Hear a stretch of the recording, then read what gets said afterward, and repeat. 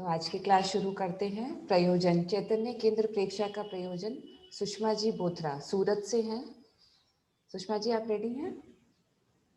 हाँ जी। Can I start? जी। वंदे गुरुवरम, वंदे गुरुवरम, वंदे गुरुवरम। आज का मेरा टॉपिक है चैतन्य केंद्र प्रेक्षा का प्रयोजन। जिस क्षेत्र में चेतना के प्रदेश चैतन्य में परमाणु अधिक प्रमाण में एकत्र हो जाते हैं, वह स्थान चैतन्य केंद्र बन जाता है। अर्थात चैतन्य केंद्र वे स्थान है जहां चेतना के प्रदेश सघन व घनीभूत है। ज्ञान केंद्रों के जागरण एवं काम केंद्रों के परिष्कार के लिए इन केंद्रों की प्रेक्षा की जाती है। हमारे शरीर में कुल 13 चैतन्य केंद्र है, जिसमें से 4 सेंस ऑर्गन से रिलेटेड है, 2 मस्तिष्क में है, बाकी के 7 हमारी रीढ़ की हड्डी के भीतर सुषुम्ना में स्थित है।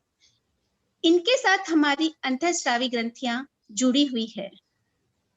सभी ध्यान का प्रयोजन वितरागता होती है, अतः चैतन्य केंद्र का भी प्रयोजन वितरागता है। इसके अन्य मुख्य प्रयोजन हैं विवेक चेतना का विकास, अंतःस्रावी ग्रंथि तंत्र का संतुलन, अवचेतन मन से संपर्क एवं तरंगातीत अवस्था की प्राप्ति।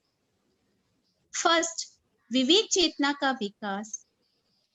हे और उपादेय में भेद करने की शक्ति का नाम ही विवेक चेतना है, और यह विवेक चेतना प्रत्येक मनुष्य में अंतर्निहित होती है। मनुष्य विलक्षण और अद्वितीय प्राणी है। इसके पास विवेक चेतना है, रीजनिंग माइंड है, बट इसके जागरण के अभाव में, इसकी मांग पर,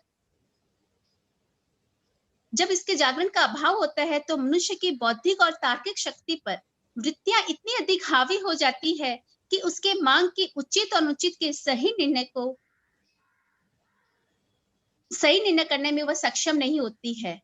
वृत्तियां चित्त की जागरूकता एवं उसकी स्वतंत्रता को सीमित कर देती है।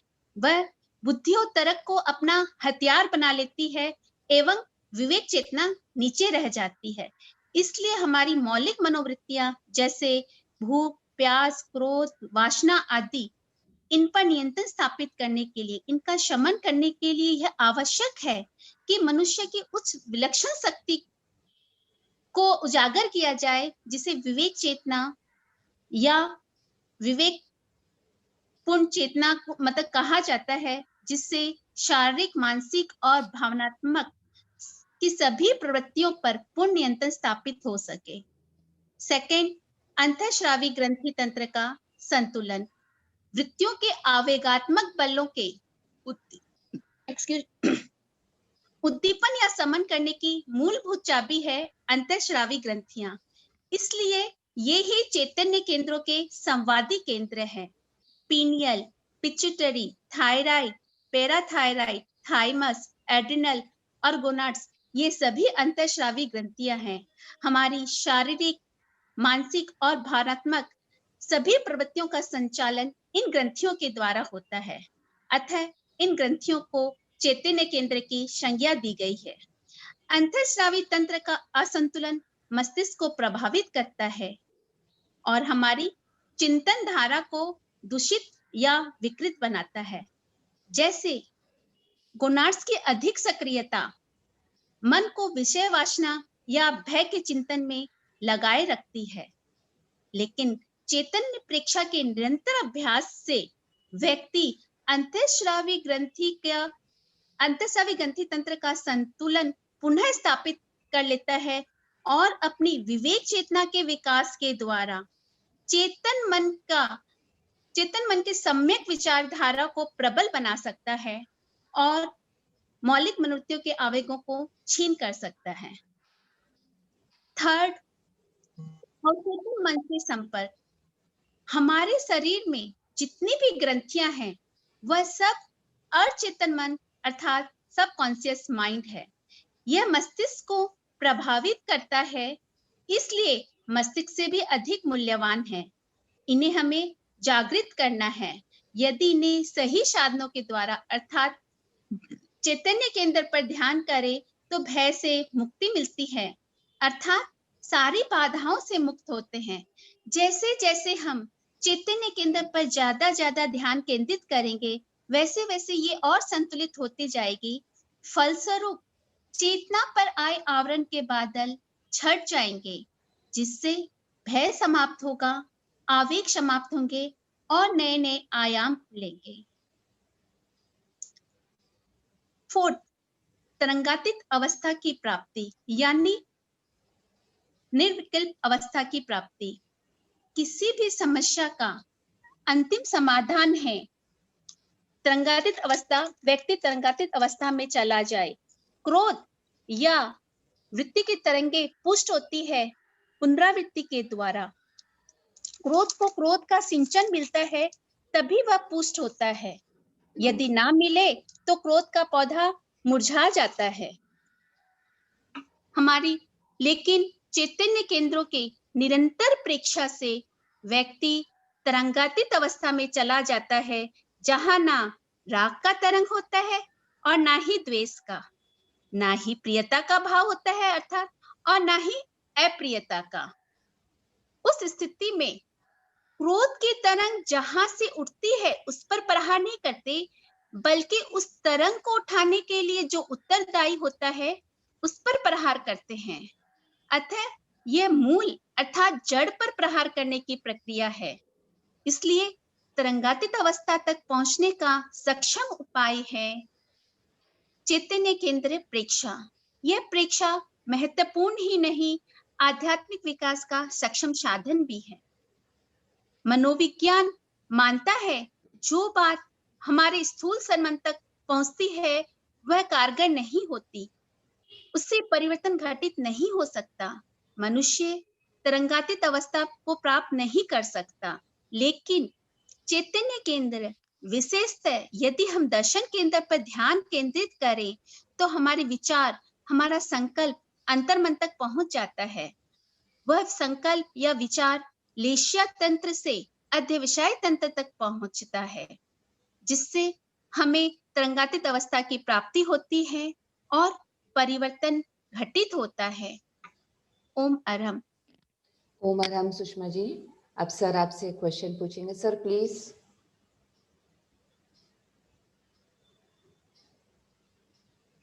सर अनम्यूट कीजिए प्लीज सर। ने कहा कि विवेक चेतना दब जाती है, तो विवेक चेतना को दबाने का उत्तरदायी तत्व क्या है? जब हमारी जब बौद्धिक और जब हमारी तर्क की शक्ति मतलब अपने मन पर हावी हो जाती है तो उस समय हम विवेक चेतना धूमिल पड़ जाती है। ये पूरा आंसर नहीं मानेंगे इसको हम आधा या और 25% ही मानेंगे, क्योंकि ठीक है, विवेक, बुद्धि और तर्क हावी क्यों होता है? मूढ़ चेतना, मोह से हमारी चेतना मूढ़ हो जाती है और मूढ़ चेतना में तर्क और बुद्धि ज्यादा सक्रिय हो जाती है और विवेक चेतना लुप्त हो जाती है। तो मुख्य कारण क्या है? चाहे तो उसे राग द्वेष माने, चाहे मोह माने, मूढ़ता माने, मूढ़ता के कारण व्यक्ति सही सोच नहीं पाता, सही देख नहीं पाता। सही सोच नहीं पाएगा, सही देख नहीं पाएगा तो विवेक चेतना दब जाएगी। तो मुख्य कारक है इसका मूढ़ चेतना, मोह या राग द्वेष की उर्मियां। ये हमारी राग द्वेष की उर्मियां, मोह की चेतना, मूढ़ चेतना, इससे हमारी विवेक चेतना दब जाती है और बुद्धि और तर्क प्रमुख हावी हो जाते हैं। मन की चंचलता बढ़ जाती है, अनिर्णय की स्थिति हो जाती है, कुछ सोच नहीं पाता, सही देख नहीं पाता। चलो next please. Yes sir. Sir next है हमारा आध्यात्मिक आधार। पूजा जी बुलबुलिया बेंगलोर से हैं। पूजा जी आप रेडी हैं? हाँ, मेरी आवाज क्लियर आ रही है? जी पूजा जी आप स्टार्ट कर सकते हैं। वंदे गुरुवरम, वंदे गुरुवरम, वंदे गुरुवरम। अब सभी को मेरा जय जिनेंद्र। मेरा नाम पूजा गुगलिया है। मैं आज चैतन्य केंद्र प्रेक्षा के आध्यात्मिक पक्ष को आप सबके सामने प्रस्तुत करने जा रही हूँ। चैतन्य केंद्र क्या है? चैतन्य केंद्र यानी चेतना के केंद्र। हम संसारी जीवों में के शरीर में जो चेतना परिव्याप्त है, तो उस व्याप्त चेतना में कुछ ऐसे स्थान होते हैं जहाँ पर चेतना सघन रूप से पाई जाती है, जहाँ पर चेतना की शक्ति सघन होती है। तो ऐसे केंद्रों को या ऐसे स्थानों को चैतन्य केंद्र कहा गया है। तो इन स्थानों पर जब चेतना की शक्ति या चेतना सघन होती है, तो चेतना की शक्ति या चेतना के चैतन्य की जो हम कह सकते हैं कि चैतन्य का जो प्रकाश है वो भी वहां पर सघन होता है। परंतु हमारे कर्मों के आवरण से जो आवृत चेतना है, उस चेतना का जब हमारे चेतना कर्मों से आवृत होती है, तो हमारी चेतना के 3 स्तर बनते हैं मुख्य रूप से। वो हैं अध्यवसाय, लेशा और चित्त। तो जो ये हमारी चेतना के 3 स्तर हैं, उसमें अध्यवसाय हमारे आंतरिक हमारे 2 तरह के व्यक्तित्व बनते हैं, बाह्य और आंतरिक व्यक्तित्व। तो अध्यवसाय जो है वो हमारे आंतरिक स्तर को संचालित करते हैं, और चित्त हमारे बाह्य व्यक्तित्व को संचालित करता है। और इन दोनों को जोड़ने का जो कार्य करता है वह हमारी लेशा है। तो जो चित्त है वह हमारी चेतना की वह हमारी चेतना का वह भाग है जो हमारे स्थूल व्यक्तित्व के स्तर पर जो हमारी चेतना कार्य करती है, उसे हम चित्त कहते हैं। और प्रेक्षा ध्यान की साधना में हमारा जो लक्ष्य होता है वह है चित्त शुद्धि। हम कहते हैं कि चित्त शुद्धि हमारा लक्ष्य है। तो चैतन्य केंद्र प्रेक्षा में जब हम चैतन्य केंद्रों की प्रेक्षा या उस पर ध्यान करते हैं, तो ये जो केंद्र है वो निर्मल बनते हैं। वहाँ पर प्राण का प्रवाह अधिक होता है, और प्राण के अधिक प्रवाह से वहाँ पर जो अशुद्धियाँ हैं या जो भी वहाँ पर बाधक तत्व है या हमारी चेतना को आवृत करने वाले जो तत्व हैं, वो दूर होते हैं। हमारे चैतन्य केंद्र निर्मल बनते हैं। और हमारी चेतना में बहुत सारी विशिष्ट शक्तियां हैं, जैसे कि ज्ञान, अंतर्दृष्टि, एकाग्रता या हमारी विवेक शक्ति। ऐसी हमारी चेतना में बहुत सी विशिष्ट शक्तियां हैं जिनको जागृत करने का बहुत ही सक्षम प्रयोग है चैतन्य केंद्र प्रेक्षा का। और चैतन्य केंद्र प्रेक्षा से हम हमारी वृत्तियों पर भी नियंत्रण पाते हैं। वृत्तियाँ यानी सभी संसारी जीवों में बहुत सारी वृत्तियाँ पाई जाती हैं, जैसे परिग्रह, भय, क्रोध, मान, माया। तो ये वृत्तियाँ सभी जीवों में पाई जाती हैं। परंतु मनुष्य में एक ऐसी शक्ति होती है चैतन्य की, क्योंकि मनुष्य की चेतना पूर्ण सबसे अधिक विकसित है सभी जीवों की अपेक्षा। तो मनुष्य में एक चैतन्य की ऐसी शक्ति है जिससे वो अपनी वृत्तियों पर नियंत्रण पा सकता है, और वो शक्ति है विवेक चेतना की। तो जब विवेक चेतना की शक्ति जागती है, तो वृत्तियों पर हम नियंत्रण पाते हैं। जब हमारा नियंत्रण हमारी वृत्तियों पर नहीं होता है, तो हम उन वृत्तियों के आधार पर ही सारी हमारी मन, वचन और काया की प्रवृत्तियां चलती हैं। तो जब वृत्तियों से प्रेरित होकर ये प्रवृत्तियां हम करते हैं, तो बार बार उन प्रवृत्तियों को दोहराने पर वो हमारा स्वभाव बन जाते हैं, और इनकी पुनरावृत्ति होने से फिर नई वृत्तियों का जन्म होता है। तो इस तरह से ये एक चक्र की भांति चलता रहता है। परंतु हम अपनी विवेक चेतना की शक्ति से इस चक्र को तोड़ सकते हैं और अपनी वृत्तियों पर अपना नियंत्रण कर सकते हैं। और इन्हें पूरी तरह से समाप्त भी कर सकते हैं। और इस तरह से हम इस प्रयोग से वृत्तियों का शोधन और उनकी समाप्ति कर सकते हैं। और चैतन्य केंद्र प्रेक्षा से हम अपने हमारे शरीर में जो चैतन्य केंद्र है, शक्ति केंद्र से लेकर ज्ञान केंद्र तक, तो नीचे के जो चैतन्य केंद्र है, शक्ति केंद्र, स्वास्थ्य केंद्र और तेजस केंद्र, इन केंद्रों को काम केंद्र कहा गया है। और इसके नाभि से ऊपर के जो चैतन्य केंद्र है हमारे, उन्हें ज्ञान केंद्र कहा गया है। तो आज के मनुष्य की जो मौलिक वृत्ति है वो काम है। तो जनरली आजकल मनुष्य की जो जितनी भी ऊर्जा या शक्तियां होती है वो नीचे के केंद्रों के आसपास उलझी हुई रहती हैं। तो चैतन्य केंद्र प्रेक्षा के द्वारा एक तो हम इन वृत्तियों को जगा कर इनका ऊर्ध्वारोहण कर सकते हैं। इन वृत्तियों को नहीं, इन शक्तियों को। तो ये शक्तियां या इस ऊर्जा का हम ऊर्ध्वारोहण कर सकते हैं। हम इन्हें नीचे के केंद्रों से हटाकर या इनका ऊर्ध्वारोहण करके ऊपर के केंद्रों में अधिक से अधिक इनका प्रवाह हम इस प्रयोग के द्वारा कर सकते हैं। और शक्ति केंद्र में जो हमारी शक्तियां दबी पड़ी हैं, उनके जागरण में भी ये प्रयोग सक्षम है।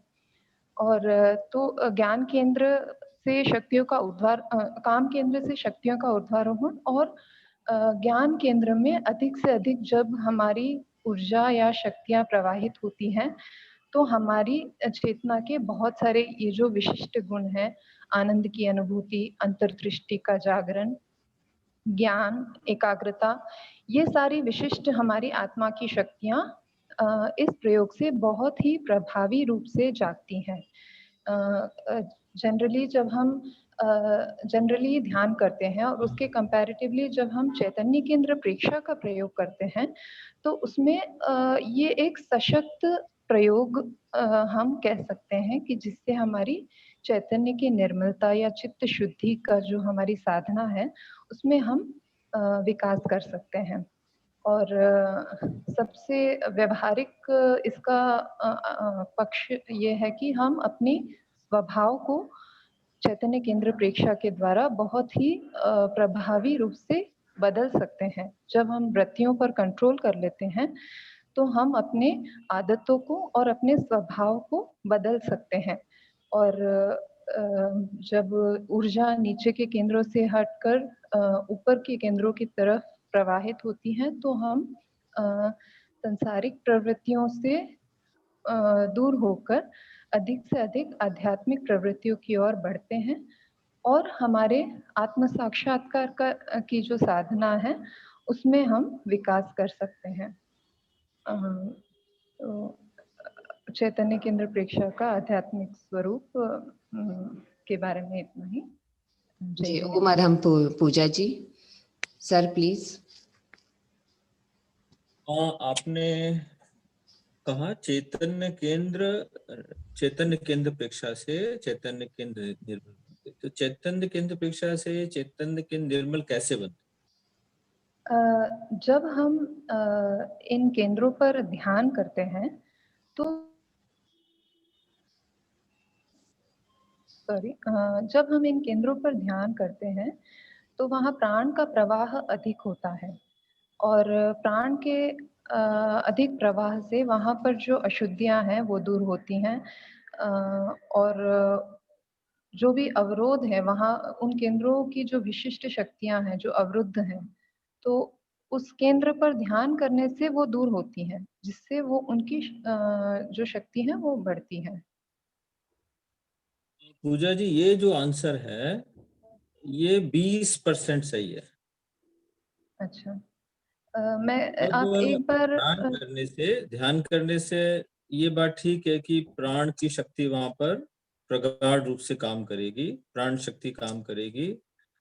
प्राण शक्ति जो हमारी है उसका कार्य क्षेत्र है स्थूल शरीर और तेजस शरीर। प्राण शक्ति की पहुंच कहां तक है? तेजस शरीर और स्थूल शरीर। तो तेजस शरीर की शुद्धि वहां हो सकती है और स्थूल शरीर की शुद्धि। प्राण की शक्ति चैतन्य को शुद्ध नहीं कर सकती।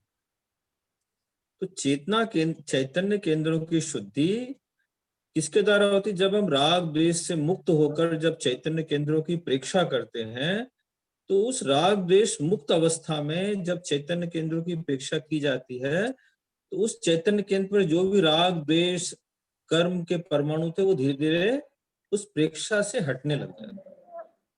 तो क्या हुआ? 80% काम किससे हुआ? राग द्वेष मुक्त होकर प्रेक्षा से हुआ। और 20% काम किससे हुआ? हमारी जो प्राण धारा है, प्राण शक्ति है, जो तेजस शरीर के स्तर पर कोई अवरुद्ध था, या शारीरिक हमारे मतलब स्थूल शरीर के स्तर पर जो अशुद्धि थी चैतन्य केंद्र के आसपास, तो वो अवरुद्ध प्राण शक्ति ने किया। तो 80% काम हुआ हमारी प्रेक्षा के द्वारा, राग द्वेष मुक्त स्थिति जो हमने रखी वहां पर निरंतर। अब कोई प्राणायाम करने वाला यदि वहां पर चैतन्य केंद्र पर यदि प्राण शक्ति एकाग्र कर ले, नहीं, राग द्वेष से मुक्त नहीं है, तो उसकी चैतन्य केंद्रों की शुद्धि नहीं होगी, प्राणायाम से भी नहीं होगी, केवल वहां प्राण को एकाग्र करने से भी नहीं होगी। होगी किससे? ध्यान के द्वारा। Next please. Yes sir, next है वैज्ञानिक आधार। वैज्ञानिक आधार हम लोग 2 प्रेजेंटेशन है। पहले प्रेजेंटेशन दे रहे हैं गरिमा जी सेठिया, सूरत से है। गरिमा जी। जय जिनेंद्र। वंदे गुरुवरम, वंदे गुरुवरम, वंदे गुरुवरम। आज का मेरा टॉपिक है चैतन्य केंद्र का वैज्ञानिक दृष्टिकोण। हमारा शरीर कई तंत्रों से मिलकर बना है। उसमें मुख्य 2 तंत्र है, नाड़ी तंत्र और ग्रंथि तंत्र। ये दोनों एक दूसरे से इतने मिले जुले हैं कि उनको नाड़ी ग्रंथि तंत्र भी कहा जाता है। आज हम यहाँ पर अंतःस्रावी ग्रंथियों तंत्र के बारे में बात करेंगे। अंतःस्रावी ग्रंथियों का अपने प्रभाव का निष्पादन हार्मोन के माध्यम से करती है। हमारा मस्तिष्क ये ग्रंथियों के हैं 4। हमारे मस्तिष्क में 4 भागों में है विभाजित। पीनियल ग्लैंड, पिट्यूटरी ग्लैंड व हाइपोथैलेमस। वह इनका जो संवेदी केंद्र है वो है पिट्यूटरी ग्लैंड दर्शन केंद्र। पिट्यूटरी ग्लैंड का संवेदी केंद्र है दर्शन केंद्र, व पीनियल ग्लैंड का संवेदी केंद्र है ज्योति केंद्र, व हाइपोथैलेमस का संवेदी केंद्र शांति केंद्र, व ब्रह्म मस्तिष्क का संबंध है ज्ञान केंद्र से। तो आइए आज हम शुरुआत के 3 केंद्रों की चर्चा करते हैं, पिट्यूटरी, पीनियल और हाइपोथैलेमस। सबसे पहले हमारा जो पिट्यूटरी ग्लैंड है 3 भागों में विभाजित है। पिट्यूटरी ग्लैंड व पीयूष ग्रंथि एक मटर के दाने के जितना है। यहाँ पर एक्चुअली इतना क्लियर नजर नहीं आ रहा होगा, लेकिन मैंने बनाने का कोशिश किया है कि एकदम मटर के दाने के जितना है। ये हाइपोथैलेमस के ठीक नीचे स्थित होता है, जिसका वजन लगभग 0.5 ग्राम होता है। और ये इस ग्लैंड को मास्टर ग्लैंड भी कहा जाता है, क्योंकि ये ग्लैंड पूरे शरीर के बाकी ग्रंथियों के कंट्रोल और कोऑर्डिनेशन का काम करता है। और ये ग्रंथ हमारी 3 भागों में विभाजित है, अग्रखंड, मध्यखंड व पार्श्वखंड। अग्रखंड से इन हार्मोन्स का रिलीज होता है। ये स्टिमुलेटिंग हार्मोन्स है जिसके बारे में हम डिस्कस करते हैं। सबसे पहले है हमारा ग्रोथ हार्मोन। ये हार्मोन छोटी मात्रा में बनता है। अगर ये ज्यादा बन जाए तो भी अच्छा नहीं, और कम हो जाए तो भी अच्छा नहीं। जिसका एक उदाहरण है, अगर ये अधिक मात्रा में हमने किसी ग्रहण हो जाता है तो उसे गैगेंटिज्म कहते हैं, मतलब अधिक लंबा होना। वह अगर कम मात्रा में अगर इसको ग्रहण किया गया तो मतलब बौना हो जाना, मतलब ड्वार्फ। दूसरा केंद्र है TSH। इस ग्रंथि से हमारे थायराइड के स्राव संतुलित होते हैं। तीसरा है ACTH।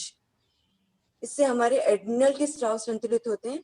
वह कोलेस्ट्रॉल और स्टीरॉयड की मात्रा ब्लड में बढ़ जाती है। तीसरा है GTH, ये जनेंद्रिय के विकास के लिए कार्य करता है। पांचवा प्रोलैक्टिन, ये जो माता गर्भवती है उसमें आफ्टर डिलीवरी दूध को फॉर्मेशन बनाने में सहायक होता है। LH, ये जो हमारी वृषभ ग्रंथि है और डिंब ग्रंथि है, माताओं में डिंब ग्रंथि व पुरुषों में वृषभ ग्रंथि को स्रावों को नियंत्रित करती है। इसके बाद है ये मध्य खंड, जिससे MSH हार्मोन रिलीज होता है। ये हार्मोन्स हमारे स्किन, आंखों और बालों की सुरक्षा का काम करता है। लास्ट है पार्श्व खंड, एक्सटीरियर लोब, इससे 2 हार्मोन रिलीज होते हैं, वैसोप्रेसिन और ऑक्सीटोसिन। वैसोप्रेसिन हमारे किडनी का फंक्शन व ब्लड प्रेशर का कार्य का कंट्रोल करती है। वह ऑक्सीटोसिन आफ्टर डिलीवरी जो प्रजनन क्रियाएं हैं, मतलब जो ब्लीडिंग है उसे रोकने का काम इस ऑक्सीटोसिन के माध्यम से होता है। प्लस जो दुग्ध का फॉर्मेशन है वो भी ब्रेस्ट फीडिंग के भी लिए ये हार्मोन इंपॉर्टेंट है। नेक्स्ट है पीनियल ग्रंथि। यह ग्रंथि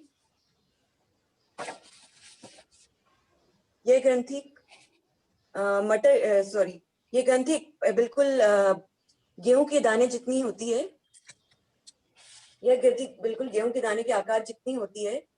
वह यह सबसे मुख्य इसका काम है शिशु अवस्था में गोनाडस ग्लैंड के स्राव को नियंत्रण करना, गोनाडस के ग्लैंड के स्राव को निरोध करके कामवृत्तियों का नियमन करना। और इसका एक और है इम्पोर्टेंट, एड्रिनल के स्राव को निरोध कर इनडायरेक्टली एड्रिनल के स्राव को नियमन करना। और इस हार्मोन से 2 हार्मोन रिलीज होते हैं, मेरिटोनियन और वह मेलिटोनियन नामक का स्राव रिलीज होता है। मेरिटोनियम नामक का स्राव जो जब हम ज्योति केंद्र प्रेक्षा करते हैं तब वह हार्मोन रिलीज होता है और हमें अत्यंत आनंद और शांति का अनुभव होता है। और ये हार्मोन हमारी निद्रा और भूख और पाचन के लिए भी और हमारे मूड की अवस्था के लिए भी सहायक है। नेक्स्ट है हमारा हाइपोथैलेमस। हाइपोथैलेमस अंतःस्रावी ग्रंथि नहीं है, लेकिन ये हमारे नर्वस सिस्टम का पार्ट है। हाइपोथैलेमस से जो हार्मोन्स रिलीज होते हैं उसे हम न्यूरो हार्मोन्स कहते हैं। हाइपोथैलेमस एक बादाम के आकार की शेप का है जो ठीक पिट्यूटरी के पीछे की ओर स्थित है। हाइपोथैलेमस का पहले बहुत सालों पहले ये माना जाता था कि पिट्यूटरी ही मास्टर ग्लैंड है, लेकिन अब क्योंकि पिट्यूटरी सारी शरीर की क्रियाओं को कंट्रोल करता है, सारी ग्रंथियों के कार्यों को कंट्रोल करता है, लेकिन अब ये सिद्ध हो गया है कि हाइपोथैलेमस पिट्यूटरी का भी एक मास्टर ग्लैंड है, वो है हाइपोथैलेमस। हाइपोथैलेमस नाड़ियों के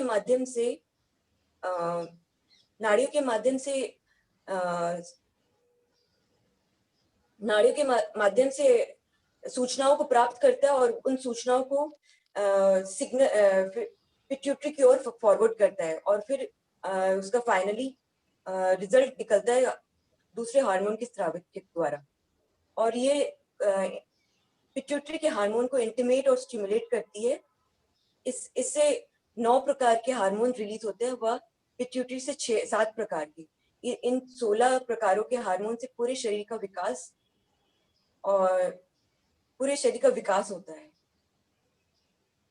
इसके बाद इससे जो हार्मोन्स रिलीज होते हैं वो थायरोप्रोटीन रिलीजिंग हार्मोन से growth releasing hormone, gonadotrophin releasing hormone, corticotropin releasing hormone, somatostatin releasing hormone, oxytocin, vasopressin.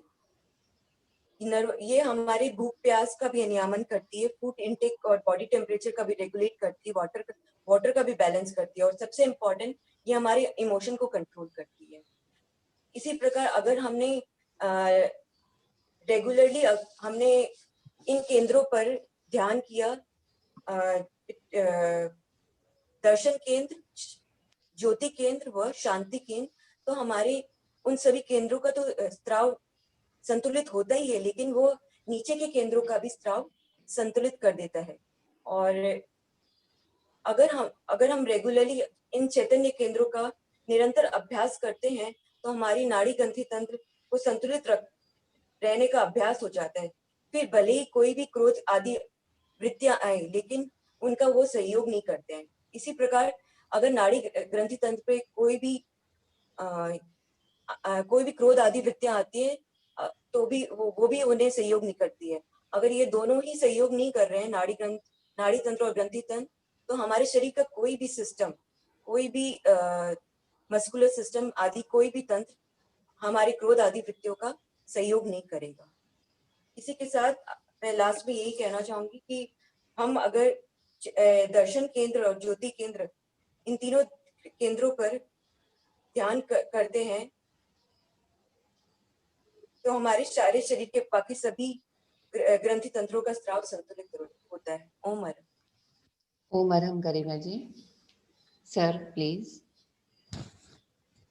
गरिमा जी आप ये बताइए, थाइमस ग्लैंड कहाँ पर होती है, इसके क्या काम होते हैं, ये कब तक सक्रिय रहती है? तो थाइमस ग्लैंड हृदय पे स्थित होता है। और ये, और आपने सर क्या पूछा मुझे? ये इसके क्या काम होते हैं और ये कब तक सक्रिय रहती है? सर ये आनंद केंद्र पे स्थित है और हमें इस केंद्र पे अगर हम ध्यान करते तो हमें आनंद की अनुभूति होती है। और सर आपने लास्ट एक क्वेश्चन और पूछा, वो कब तक सक्रिय रहता है ना? सर ये सक्रिय, सर इसका मैं जवाब नहीं दे पाता। थाइमस ग्लैंड जो होती है हमारी, जैसे बताया आनंद केंद्र के आसपास ही है, और ये करीब करीब जैसे 12 या 13 साल तक सक्रिय रहती है नेचुरली। यदि कोई व्यक्ति ध्यान करता है 12-13 साल के बाद इसका कार्य बहुत कम होता जाता है, ये निष्क्रिय टाइप हो जाती है। यदि कोई ध्यानी व्यक्ति है तो फिर ध्यान के द्वारा वो उसकी सक्रियता बनी रहती है। और इसका, इस थाइमस ग्लैंड का एक काम ये भी माना गया है कि ये गोनाड्स ग्रंथि पर कंट्रोल करती है। तभी तक जब हम देखते हैं कि 12 या 13 साल का जब बच्चा होता है तो उसमें कोई भी भोग आदि की तरफ जाने की कोई, ना तो उसके मानसिक होता है ना कोई शारीरिक होता है। लेकिन जैसे ही थाइमस ग्लैंड अपना काम करना बंद कर देती है तो गोनाड्स ग्लैंड ज्यादा सक्रिय हो जाती है, और फिर 12-13 साल के बाद में गोनाड्स ग्रंथि के अनुरूप मानसिक विचार या भाव ज्यादा बढ़ने लग जाते हैं। तो ये 12-13 साल तक सक्रिय रहती है। इसका मुख्य कार्य है गोनाड्स ग्रंथि पर को एकदम निष्क्रिय टाइप रखना 12-13 साल तक, ये thymus gland. Next please. Okay sir, thank you sir. Neelpa ji Parekh.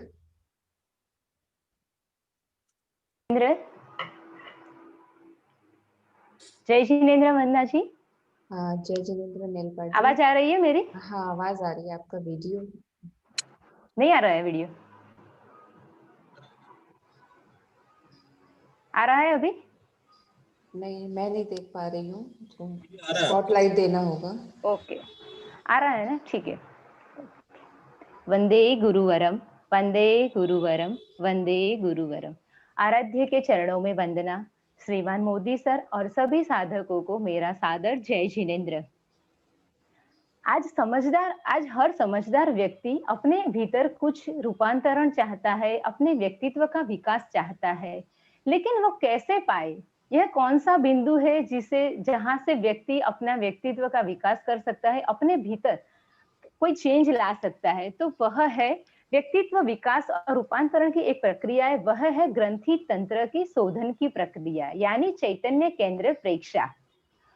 हमने गरिमा जी से सुना कि नाड़ी तंत्र और अंतःस्रावी ग्रंथि ये दो शरीर के प्रमुख नियंत्रक और संयोजक तंत्र है। इन दोनों के पारस्परिक संबंध इतना विलक्षण है कि इन दोनों के अवयवों को एक अंग रूप माना जाने लगा है। और जिसे संज्ञा दी गई नाड़ी ग्रंथि तंत्र। गरिमा जी ने हमें पिट्यूटरी ग्लैंड तक बताया। अब हम आगे बढ़ते हैं। सबसे पहले है थायराइड ग्रंथि। थायराइड ग्रंथि, यह ग्रंथि 2 पिंडों से बनी हुई है। वो श्वास नली स्वर यंत्र के पास श्वास नली के ऊपर आसीन है। यह 2 पिंडों से इन 2 पिंडों को जोड़ने वाली एक संकरी पट्टी होती है जो कंठमणि के ठीक नीचे होती है। इसका वजन, इन प्रत्येक पिंड की लंबाई लगभग 4 से 6 सेंटीमीटर और वजन लगभग 15 से 25 ग्राम जितना है। यह ग्लैंड थायरोक्सिन नाम के हार्मोन रिलीज करती है। इसका कार्य है चयापचय की मात्रा और व्यक्ति में सक्रियता की तीव्रता को निर्धारित करना। पाचन क्रिया में भी सहायक बनती है। इसके हार्मोन शरीर में जमा होने वाले टॉक्सिन को, विषों को प्रतिकार करता है। मस्तिष्कीय संतुलन बनाए रखना भी इस ग्रंथि का कार्य है। पैराथायराइड ग्लैंड्स, पैराथायराइड की छोटी छोटी अंडाकार ग्रंथियां होती है। ये थायराइड ग्रंथि के ऊपर नीचे जड़ित सी होती है। यह ग्लैंड पैराथॉर्मोन नाम के हार्मोन रिलीज करती है। यह ग्रंथि का कार्य है कि वो हमारे शरीर में रक्त और हड्डियों में कैल्शियम और फास्फोरस की मात्रा का नियंत्रण करती है। थायराइड और पैराथायराइड का संवादी प्रेक्षाध्यान में संवादी केंद्र है विशुद्धि केंद्र। अब आगे थाइमस ग्लैंड। यह ग्रंथि दोनों फेफड़ों के बीच थोड़ी सी ऊपर की तरफ है। यह ग्रंथि थाइमोसिस नाम के हार्मोन रिलीज करती है। बाल्यावस्था के प्रारंभिक 2-3 वर्षों में इस ग्रंथि की वृद्धि बहुत तेज होती है। फिर इसके विकास में मंदता आ जाती है। बचपन में यह ग्रंथि बड़ी होती है, फिर जैसे जैसे आयु बढ़ती है यह छोटी हो जाती है, सिकुड़ जाती है। इसका कार्य है बच्चे के शारीरिक विकास का नियमन करना। 13 वर्ष की आयु तक यह ग्रंथि दूसरी ग्रंथियों को सक्रिय न हो देना, विशेषतया गोनाड्स को सक्रिय नहीं होने देना इसका कार्य है। मस्तिष्क के सम्यक विकास में भी यह सहायक है। टी सेल, जो कि हमारे इम्यून सेल है, हमारे रोग प्रतिरोधक शक्ति के लिए आवश्यक है, इसका उत्पादन थाइमस ग्रंथि में होता है। यह ग्रंथि का संवादी केंद्र है आनंद केंद्र। अब आगे बढ़ते हैं एड्रिनल ग्लैंड्स। एड्रिनल ग्लैंड, यह ग्रंथि दोनों किडनी के ऊपर के भाग में स्थित होती है। यह ग्रंथि जोड़े के रूप में है। इसका शेप ट्रायंगल शेप में है, बिल्कुल क्रिसमस टोपी की जैसे है। इस ग्रंथि के 2 पार्ट है, कार्टिक्स और मेडुला। कार्टिक्स यानी बाह्य हिस्सा, मेडुला यानी भीतरी हिस्सा। कार्टेक्स, सभी ग्रंथियों में सबसे अधिक हार्मोन इसी ग्रंथि का सबसे अधिक सभी ग्रंथियों में सबसे अधिक हार्मोन इसी ग्रंथि में उत्पादित होते हैं। इनके अनेक स्राव जीवन के लिए अनिवार्य होते हैं। वे स्राव मस्तिष्कीय एवं प्रजनन अवयवों के स्वस्थ विकास के लिए महत्वपूर्ण योगदान देते हैं। इन स्रावों से मानसिक एकाग्रता एवं शारीरिक सहनशीलता की भी वृद्धि होती है। इन स्रावों के प्रभाव से हमारे शरीर की स्नायुविक एवं मांसपेशीय संरचना भी स्वस्थ एवं सुदृढ़ बलवान बनती है। मेडुला, यह 2 प्रकार के स्रावों को रिलीज करती है, एपिनेफ्रिन और नॉरएपिनेफ्रिन। यह स्राव प्रतिकूल परिस्थिति में ज्यादातर स्राव होते हैं। जब यह इस हार्मोन का स्राव फाइट और फ्लाइट वाली अवस्था में अधिक होता है, जिससे व्यक्ति प्रतिकूल परिस्थिति का साहसपूर्वक सामना कर सकता है। उत्तेजना भय आदि भी उत्पन्न होने का यही स्थान है। प्रेक्षाध्यान में एड्रिनल ग्लैंड्स का संवादी केंद्र है तेजस केंद्र। अब आगे बढ़ते हैं पैनक्रियाज। पैनक्रियाज उदर गुहा में आमाशय के पीछे स्थित है। यह 5 शेप का है। यह ग्रंथि अंतःस्रावी और बाह्यस्रावी दोनों ग्रंथि की तरह कार्य करती है। ये ग्लूकागॉन और इंसुलिन नाम के स्राव रिलीज करती है। ये दोनों हार्मोन मिलकर रक्त में ग्लूकोज की मात्रा का नियमन करते हैं। प्रेक्षाध्यान में पैनक्रियाज का संवादी केंद्र है तेजस केंद्र। अब आगे बढ़ते हैं गोनाड्स ग्रंथि। पुरुषों की लिंग ग्रंथि को टेस्टिस कहा जाता है, जो अंडकोश में स्थित है। ये ग्रंथि टेस्टोस्टेरोन नाम के हार्मोन रिलीज करती है। ये हार्मोन यौन अंगों की वृद्धि एवं विकास में सहायक होता है तथा लैंगिक लक्षणों का नियमन करते हैं, जैसे आवाज भारी होना, दाढ़ी मूंछ आना आदि। शुक्राणु जनन का भी नियमन करता है। स्त्रियों में लिंग ग्रंथि को ओवरी कहा जाता है। ये ग्रंथि स्त्री के गर्भाशय में दाईं और बाईं दोनों तरफ स्थित है। ये ग्रंथि एस्ट्रोजन और प्रोजेस्टेरोन नाम के स्रावों को रिलीज करती है। ये हार्मोन स्त्री प्रजनन अवयवों की वृद्धि एवं विकास में सहायक होते हैं। इनके द्वारा स्तनों का विकास एवं दुग्ध ग्रंथियों की वृद्धि होती है। मेंस्ट्रुएशन के स्राव का भी नियमन करते हैं और प्रेगनेंसी के दौरान जो भी विभिन्न प्रकार के परिवर्तन होते हैं उसका भी यह नियमन करती है। प्रेक्षाध्यान में गोनाड्स के संवादी केंद्र है स्वास्थ्य केंद्र और शक्ति केंद्र। अब हमने सारी ग्रंथियों के बारे में जाना। अब आगे देखते हैं कि भाई हम अब सारी ग्रंथियों के बारे में जाना, और यही ग्रंथियां हैं जो हमारे चैतन्य केंद्र के संवादी केंद्र है। जब हम चैतन्य केंद्र प्रेक्षा करते हैं तब वहां प्राण की धारा तेज हो जाती है, जिससे वहां पर जो कसाई रूपे गंदगी और मैल होता है वह साफ हो जाता है और चैतन्य केंद्रों में निर्मलता आती है। वैज्ञानिक दृष्टिकोण से देखें तो हमारे नर्वस सिस्टम और एंडोक्राइन ग्लैंड सिस्टम में बीच बहुत गहरा संबंध है। चैतन्य केंद्र प्रेक्षा के द्वारा जब हम चैतन्य केंद्रों की निरंतर राग द्वेष से मुक्त होकर प्रेक्षा करते हैं तब ग्रंथियों के भाव संतुलित होते हैं।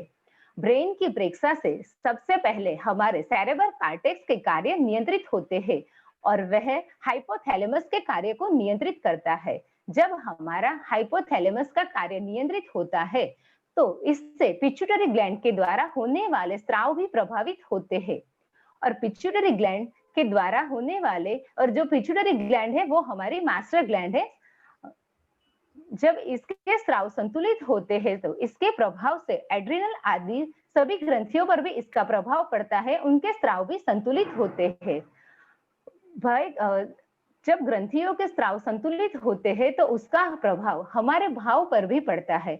हमारे भीतर विधायक भावों का विकास होता है और निषेधात्मक भावों से मुक्ति मिलती है।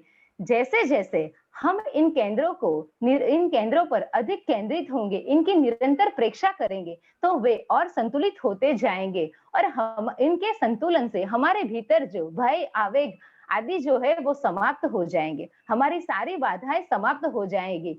हम शारीरिक, मानसिक एवं भावनात्मक रूप से स्वस्थ रह पाएंगे। एक नया आयाम खुलेगा, नया आनंद और नया उल्लास प्राप्त होगा। ओम अरहम। ओम अरहम। नीलपा जी। नीलपा जी, आप ये बताएं कि सर। जैसे आपने बताया कि ऊपर के ग्रंथियां हैं, नीचे की, क्या एडिनल और गोनाड्स खराब भी हैं या अच्छी भी हैं? नहीं सर, वैसे ये ग्रंथियां अच्छी है क्योंकि सबसे ज्यादा शक्ति वहां पर है, तो वो केंद्र भी खराब तो नहीं है, लेकिन हमें उस पर कंट्रोल रखना चाहिए। तो जब हम पिट्यूटरी ग्लैंड पर, पिट्यूटरी पर, दर्शन केंद्र पर ध्यान करते हैं तो उससे हमारे नीचे वाले जो केंद्र है वो भी कंट्रोल में रहती है, क्योंकि जब हम ध्यान में आगे बढ़ते हैं, जब हमें ज्यादा शक्ति की जरूरत होगी तब हमें इसी केंद्रों से शक्ति मिलती है। गोनाड्स मतलब जो हमारा जो शक्ति केंद्र है उससे और तेजस केंद्र से। तो ये दोनों। आप आध्यात्मिक बात मत करिए, क्योंकि आप अभी वैज्ञानिक बात कर रहे हैं ना। हाँ, सही बात है सर। तो वैज्ञानिक बात बताइए, खाली ग्रंथियों की बात बताइए, केंद्र की बात मत बताइए। हाँ सर, तो ये दोनों ग्रंथियां एड्रिनल और गोनाड्स खराब ही हैं? नहीं सर, ये दोनों खराब नहीं है, क्योंकि जीवन के लिए जो कई सारी चीजें जो इन्हीं से मिलती है, तो ये खराब नहीं है ये ग्रंथियां। ये दोनों ग्रंथियां जैसे बोलते हैं ना, शक्ति, जीवन चलाने के लिए शक्ति बहुत जरूरत है, आवश्यक होती है। हाँ। और शक्ति अनियंत्रित होती है तो खराब होती है। अनकंट्रोल्ड शक्ति है तो वो गलत काम में जा सकती है। तो ये जो दोनों ग्रंथियां हैं वो खराब नहीं है। इनके बहुत सारे काम है। एड्रिनल ग्रंथि यदि किसी में काम करना बंद कर दे तो शायद उसका जीवन एकदम जैसे मुर्दे जैसा हो जाएगा, हाँ, उसमें सही कुछ बात है। बचेगा नहीं, कुछ कर नहीं पाएगा। और इमरजेंसी, जो बहुत सारी जैसे इमरजेंसी की स्थिति आती है, तो उसमें हाँ, तभी सबसे ज्यादा जीवन रक्षक का जो काम करती है वो एडिनल ग्लैंड्स काम एड- करती है। तो इस दृष्टि से हम कह सकते हैं एडिनल ग्रंथि भी शक्ति खराब की नहीं है। दृष्टि से, इमरजेंसी की दृष्टि से बहुत सारे ऐसे काम है जो एडिनल ग्लैंड्स ही करती है। लेकिन इस पर कंट्रोल होना बहुत जरूरी है, और कंट्रोल करने वाली जो ऊपर पिट्यूटरी, पीनियल, हाइपोथैलेमस है, ये वो हमारी सारे कंट्रोलिंग पावर इनकी बनी रहती है, सक्रिय रहती है, तो पूरा प्रॉपर कंट्रोल रहता है। जब शक्ति चाहिए तो शक्ति भी पूरी मिलती है, और जब इसका कंट्रोल होता है तो कंट्रोल भी पूरा रहता है। इसी तरीके से गोनाड्स ग्रंथि का भी कार्य है। सांसारिक दृष्टि से गोनाड्स ग्रंथि का भी सक्रिय रहना बहुत जरूरी है, लेकिन नियंत्रण में रहना जरूरी है। इस दृष्टि से ये दोनों ग्रंथियां भी बहुत काम की। Next please. सर आज के प्रेजेंटेशन थैंक यू तो सर। हो गए, आज के प्रेजेंटेशंस हो गए हैं सर। एक छोटी सी ठीक है। इंफॉर्मेशन दे देती हूँ, फिर आप एक जी, जी। Instant question. आप देखिए। आज ग्रुप में रेनू जी ने 2 क्वेश्चंस शेयर किए थे, तो सभी से रिक्वेस्ट है कि उनके आंसर्स प्रॉपरली लिखें, और जो सपना जी पटावरी के नंबर पे आप लोग उसको सेंड कर दें। हम लोगों की कोशिश रहेगी अगली क्लास में बेस्ट 2 या 3 आंसर्स को हम लोग शेयर करेंगे, और वो आंसर भी आप लोगों के साथ शेयर किए जाएंगे। तो वो क्वेश्चंस को ध्यान में रखें, बहुत इंपॉर्टेंट क्वेश्चंस हैं। अब सर आज आप सभी से, जो जिन लोगों ने आज प्रेजेंटेशन नहीं दिया है और क्लास अटेंड कर रहे हैं, उन लोगों के लिए सर की तरफ से आज इंस्टेंट क्वेश्चंस पूछे जाएंगे। तो जो भी रिप्लाई करना चाहते हैं तो हैंड रेज कीजिएगा, तो हम लोग उनको मौका देंगे। Sir please. मैं एक क्वेश्चन पूछ लेता हूँ पहले। जी। हमने किसी चैतन्य केंद्र पर रंगों का ध्यान किया, लिशा ध्यान किया, मतलब किसी चैतन्य केंद्र पर लिशा का ध्यान किया, तो इसमें ग्रंथियों के श्राव में परिवर्तन होगा और लिशा में भी ये दोनों बातें निश्चित रूप से है। तो क्या पहले लिशा में परिवर्तन होगा फिर बाद में ग्रंथि में परिवर्तन होगा, क्या दोनों में परिवर्तन होगा? ये मेरा प्रश्न है कि लिशा ध्यान करने से ग्रंथियों के श्राव में परिवर्तन होगा या लेशा में परिवर्तन होगा, या पहले लेशा में होगा फिर बाद में ग्रंथियों में परिवर्तन। इसके ऊपर थोड़ा जवाब जो भी देना चाहे हैंड रेज करेंगे, सोच लें। तब तक मैं जो 2 क्वेश्चंस आए हुए हैं उनके जवाब दे देता हूँ, तब तक आप सोच के हैंड रेज करिए। पहला प्रश्न है कि आचार्य श्री ने लिखा है कि ध्यान के दौरान जिन लोगों का मन चंचल रहता है, तो आचार्य श्री का ये कहना है कि जितनी जितनी जीव की चंचलता रहती है उतना उतना विचार ज्यादा आते हैं, ध्यान की एकाग्रता, मन की एकाग्रता कम हो जाती है। तो उन्होंने आचार्य श्री ने 2-3 उपाय सजाए कि या तो जीव को अधर में रख लें, तो जीव ना तो ऊपर टच करे ना नीचे टच करे, जीव बिल्कुल अधर में। दूसरा है जीव को मोड़कर तालू पर लगा लें, पीछे मोड़कर खेचरी मुद्रा कर लें। तीसरा प्रयोग है जीव को दांतों की जड़ में लगा लें। इनका प्रश्न है कि भाई ऊपर वाले दांतों की जड़ में लगाएं या नीचे वाले दांतों की जड़ में लगाएं, या दोनों के बीच में रखें। इसका आंसर ये है कि जो नीचे वाले दांतों की जो जड़ है वहां पर उस जीव को स्थिर करना है, ऊपर वाले पर नहीं, नीचे वाले।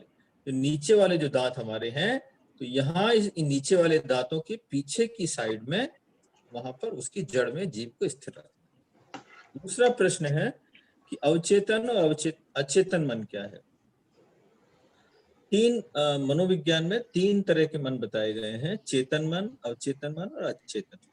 चेतन मन तो हमारा स्थूल मन है, जिससे हम स्मृति, चिंतन, कल्पना करते हैं। अवचेतन मन इससे सूक्ष्म स्थिति है, चेतन के बाद अवचेतन मन आता है, और बहुत अति सूक्ष्म स्थिति जो मानसिक स्थिति है वो अचेतन मन की है। तो इस दृष्टि से यदि हम उसको आध्यात्मिक दृष्टि से मैच करें तो हम कह सकते हैं कि चेतन मन, तो हम चेतन मन जिसे हम बोलते हैं चिंतन, स्मृति, कल्पना करने वाला मन चेतन मन। अवचेतन मन मतलब भावों की स्थिति, जब हम भाव की स्थिति बोलते हैं वो अवचेतन मन है। और अध्यवसाय की जो स्थिति है वो अचेतन मन को मान सकते हैं। हालांकि वो ये आध्यात्मिक, ना तो आत्मा को मानते हैं ये मनोविज्ञान वाले, लेकिन मन की एक गहराई को मानते हैं कि वो मन के इस चेतन मन के भीतर भी कुछ है, और ये चेतन मन जो दिखाई दे रहा है वो केवल 5% है, 95% मन भीतर और है। तो उसमें चेतन मन से सूक्ष्म है अवचेतन मन, और अवचेतन मन से भी सूक्ष्म, अति सूक्ष्म जो है वो अचेतन। ये दोनों प्रश्नों के जवाब हो गए। अब जो मैंने प्रश्न किया उसका कोई जवाब दे तो हैंड रेज। जी सर, सबसे पहले हैंड रेज किया है पुष्पाजी शाह ने, और प्रभाजी जैन का भी हैंड रेज आया है। तो पहले पुष्पाजी शाह को सुन लेते हैं। जी सर, आई थिंक पहले स्राव चेंज होंगे, उसके बाद लेशिया चेंज होगी, क्योंकि स्राव चेंज होंगे तो भाव बदलेंगे और वो फिर रंग बदलेगा, लेशिया बदलेगी। ठीक है, और दूसरे कौन है? प्रभाजी जैन जी। प्रभाजी, प्रभाजी आप भी अपना रिप्लाई जवाब। जय जिनेन्द्र सर। जी हाँ सर, जब हम चैतन्य केंद्र प्रेक्षा करते हैं, वहाँ लेशिया का ध्यान करते हैं, तो जैसे हम एक बॉटल लेते हैं, उसमें कोई कलर डालते हैं, तो पहले नीचे का स्थान एक्टिव होता है, यानी वो केंद्र एक्टिव होते हैं, उसके स्राव में परिवर्तन होता है। जब भीतर से परिवर्तन होगा तो वो केमिकली चेंज होगा, फिर वो रंगों पर जाएगा। जब हम वहाँ ध्यान नहीं करेंगे तो वो सिकुड़ जाती है ग्रंथियां। आई थिंक इसको ब्रीफली। सर नहीं, और तो किसी का हैंड रेज नहीं है अभी तक। ठीक है, ये जो प्रश्न है कि कल आया था, कल कनक जी बर्मेचा का संडे स्पेशल था, लेशिया ध्यान का था। जी सर। तो उसमें शायद उन्होंने बताया होगा, मैंने पूरा नहीं सुना था, फिर भी प्रश्न मेरे पास आया था कि लेशिया ध्यान का प्रयोग करने से ग्रंथि के श्राव में भी परिवर्तन होता है। तो जिन्होंने प्रश्न किया उनका ये था कि भाई लेशिया ध्यान करने से श्राव में परिवर्तन नहीं होगा, पहले लेशिया में परिवर्तन होगा, फिर लेशिया शुद्ध बनेगी तो श्राव में परिवर्तन। तो मेरा इसमें ये मानना है, क्योंकि लेशिया ध्यान किसी चैतन्य केंद्र पर ही होती है, लेशिया ध्यान इंडिपेंडेंट कम होती है। हमारे जितने भी लेशिया ध्यान के प्रयोग हैं वो किसी ना किसी चैतन्य, वैसे लेशिया ध्यान इंडिपेंडेंट भी हो सकता है। जैसे हम कायोत्सर की अवस्था में जब शरीर के चारों ओर चमकते हुए श्वेत रंग का ध्यान करते हैं, तो वो किसी भी चैतन्य केंद्र पर नहीं है, वो पूरे आभा मंडल को हम प्रशस्त रंगों से भर देते हैं, उस दृष्टि से वो किसी चैतन्य केंद्र पर नहीं। लेकिन लेशिया ध्यान का जो भी प्रयोग करते हैं वो किसी चैतन्य केंद्र से जुड़ा हुआ है। तो यदि हम इसके प्रभाव की व्याख्या करें तो इसका प्रभाव मल्टीपल जगह पर एक साथ है। और जैसे जिस भी ग्रंथि पर हमने ध्यान किया, जैसे हमने विशुद्धि केंद्र पर ध्यान किया और विशुद्धि केंद्र पर नीले रंग का ध्यान किया, चमकते हुए नीले रंग का ध्यान किया, तो विशुद्धि केंद्र एक्टिव होगा। विशुद्धि केंद्र एक्टिव होने के साथ साथ वहां थायराइड और पैराथायराइड ग्रंथि भी क्या बनेगी, सक्रिय बनेगी, उसकी कंट्रोलिंग पावर बढ़ेगी। तो डायरेक्टली क्या हो रहा है, दो काम हो रहे हैं। एक तो ग्रंथि की सक्रियता बढ़ रही है, ग्रंथि की कंट्रोलिंग पावर बढ़ रही है ध्यान के दौरान।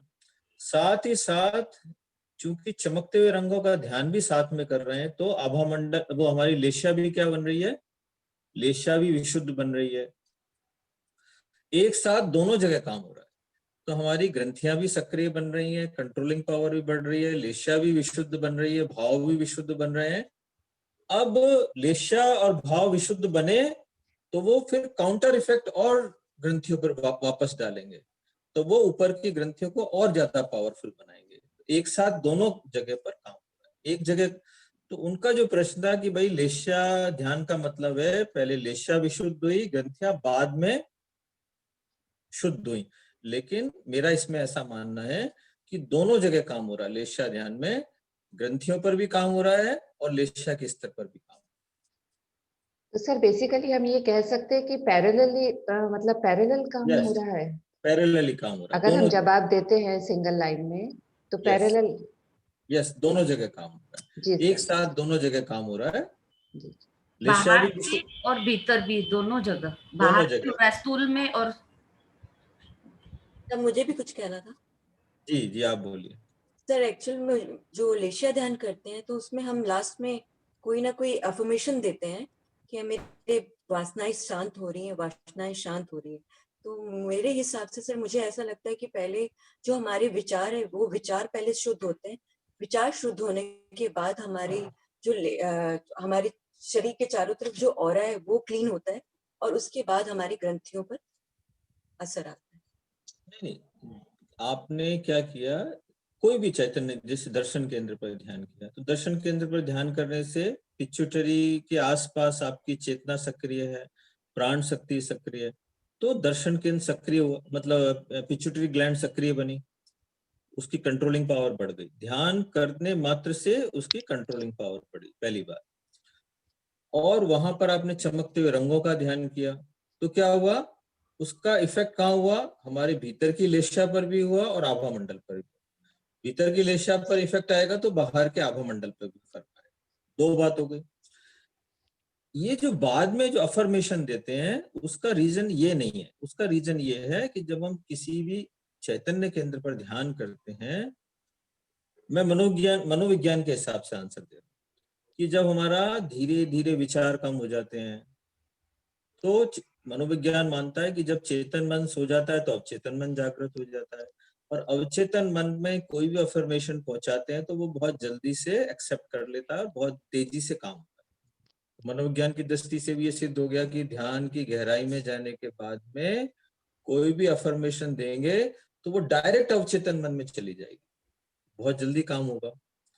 और हम भी यही मानते हैं कि जब हमने किसी चैतन्य केंद्र पर ध्यान किया, विचार कम हो गए, हम चेतन से मतलब स्थूल से सूक्ष्म में चले गए, तो सूक्ष्म स्तर पर हमने कोई भी अफर्मेशन भेजा तो वो सीधा भाव के स्तर पर गया, और भाव के स्तर पर अफर्मेशन, क्योंकि जो भी आप पॉजिटिव संदेश देना चाहते हैं तो हम जब तक भीतर तक उस संदेश को नहीं पहुंचाएंगे तो काम नहीं होगा, क्योंकि ऊपर ऊपर संदेश जाएगा तो ज्यादा काम नहीं होगा। हमने ऊपर की सफाई कर भी दी, क्योंकि कचरा भीतर भी बहुत सारा जमा है, अनंत जन्मों का जमा है।